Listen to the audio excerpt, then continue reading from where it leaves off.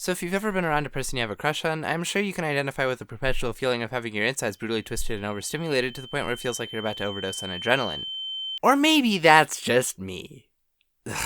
Who am I kidding? Historically, my experience with having crushes has been, uneventful or horrifying. One of the two, I can't decide. You see, one of the things I picked up on as I was reflecting on this was the moderately uncomfortable fact that all 4 of my previous crushes follow nearly the exact same pattern. My first ever crush was in elementary school, and to be honest, I don't really remember much about it. I'll call the girl Maple. What I do remember about her is that she had a very competitive mom who wanted to live vicariously through her daughter and thus shaped her into a very competitive person. Thankfully for me, I'm also a very competitive person, which is how we became friends in the first place. See, my elementary school did this thing called AR, or Accelerated Reader. I'm not sure how many of you know what that is, but basically you read books, then took quizzes on them, and then were rewarded for doing so. In my school, this came in the form of a point system, where you got more points for reading and scoring higher on tougher and longer books. And it kinda worked like a leaderboard. The top 3 people from each class would be put on display right above the classroom door. And as I'm sure you could have guessed by now, me and Maple were both on this leaderboard, along with my friend who may or may not watch these videos. I know he commented on one of them a while back, but I'm not sure if he knew it was me or how he found my videos in the first place. Anyway, I'm off topic. Basically, us 3 would usually be the ones competing for first place, and me and my best friend would both half-jokingly compete for Maple's affection. And that's as far as I remember. Did I actually have a crush on Maple? Well, I don't know. I was 8. Can crushes even exist at that age? Anyway, I ended up moving away for 5th grade, and didn't bother to keep in touch with anyone. Moving to a new school was always pretty tough, for the sole reason that forcing me to talk to new people is the quickest way to get me in the fetal position. But eventually I managed to make a few friends. One of these friends is a girl I'll call Hannah, because that was her name. She was an incredibly smart kid, far smarter than I could ever hope to be, and also very competitive.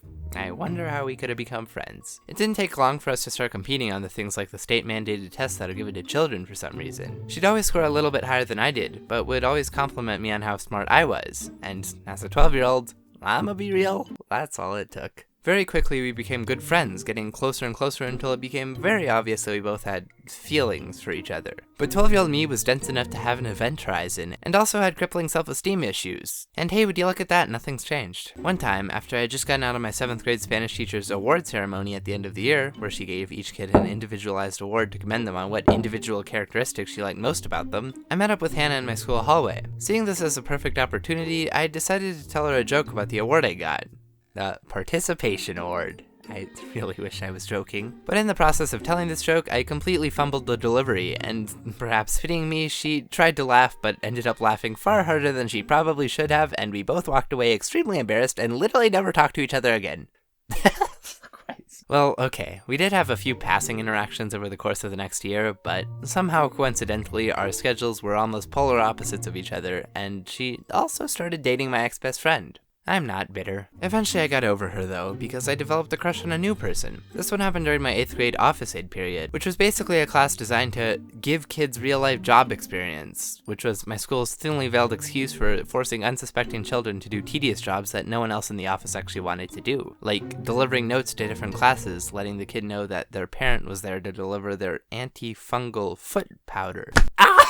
Anyway, this class was mostly meant to be a filler period and consisted of 5 people. Me, 2 other boys, and 2 girls. We wouldn't all be in the office at the same time though, because 5 people was a bit too many to have in such a cramped space. So the compromise that the school came up with was to have us split into 2 groups, alternating each day, with one group working in the main office and the other working in the library down the hallway, that I never actually got to go to. You see, the way things ended up working out, both the 2 boys and 2 girls were already friends with each other beforehand, and made really convenient pairs to rotate between while I just stayed in the main office. Meaning every day I'd alternate between third wheeling 2 different friendships. What a fun experience. Thankfully, the boys were pretty cool about it, and I actually ended up becoming friends with both of them pretty quick, and we'd pass the time by playing card games while we waited for the 1 or 2 requests the school would get each period. The girls didn't really talk to me, so I mostly ended up spending each class period sitting on the floor reading Warrior Cats, and I just realized why they wouldn't talk to me, at least at first. Eventually, by nature of proximity, I had managed to somewhat befriend both of them, and develop feelings for one of them. To be honest, she was way out of my league, and also knew that I had a crush on her,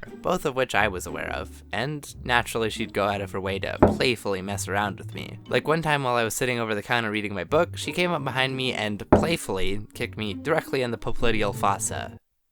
basically the knee pit, and laughed as I crumpled to the ground. By the way, this is the same person that I mentioned in my social media video who ended up finding my Instagram account. Funny story about this video, actually. I've never been one to really talk about my romantic life with my family and friends, mostly because there's not much to actually talk about. So when my little sister got word of me admitting to having a crush, she actually came into my room, at 11 p.m. mind you, with the biggest look of glee I've ever seen on her face. Now imagine her reaction to this video. And then comes the fourth crush, which I'm not actually ready to talk about in detail yet, because I screwed things up majorly, and I'm not quite prepared to publicly hyperanalyze my insecurities, hurtful actions, and self-destructive tendencies. The short version is that I got really close to this person, my life fell apart, and I ended things off over text in quite possibly the most insensitive way you can imagine. Just a bit of advice, don't do this. Don't be a jerk about breaking things off with someone. There's no right way to break up with someone, but there certainly is a wrong one. You don't have to be mean about it, even if at the time you felt they deserved it. It reflects really poorly on you and is almost a guaranteed burnt bridge. I tried to reach out to apologize and fix things, but the first attempt was met with understandable bitterness, and the second was left unread. Justifiably so, because it was essentially a drunk text. Except I wasn't drunk, I was just sleep deprived and depressed. So basically my normal self. And I guess that's my first ever burnt bridge. If this person happens to be watching this video, know that I really am sorry for how I handled things and that you didn't deserve to be treated that way. As you might have noticed, all of these follow a similar pattern of Step 1, me finding a girl that I find smart and or cute. Step 2, me slowly befriending and getting closer to this person. Step 3, me not asking them out. And there's a very specific reason for this third step. I mean, a crippling fear of rejection tends to do the trick, but also that, for the longest time, I've held the belief that you shouldn't really date people until you're an adult. And it wasn't until I had a conversation with my friend I'll call Zach that I realized this belief is absolutely absurd.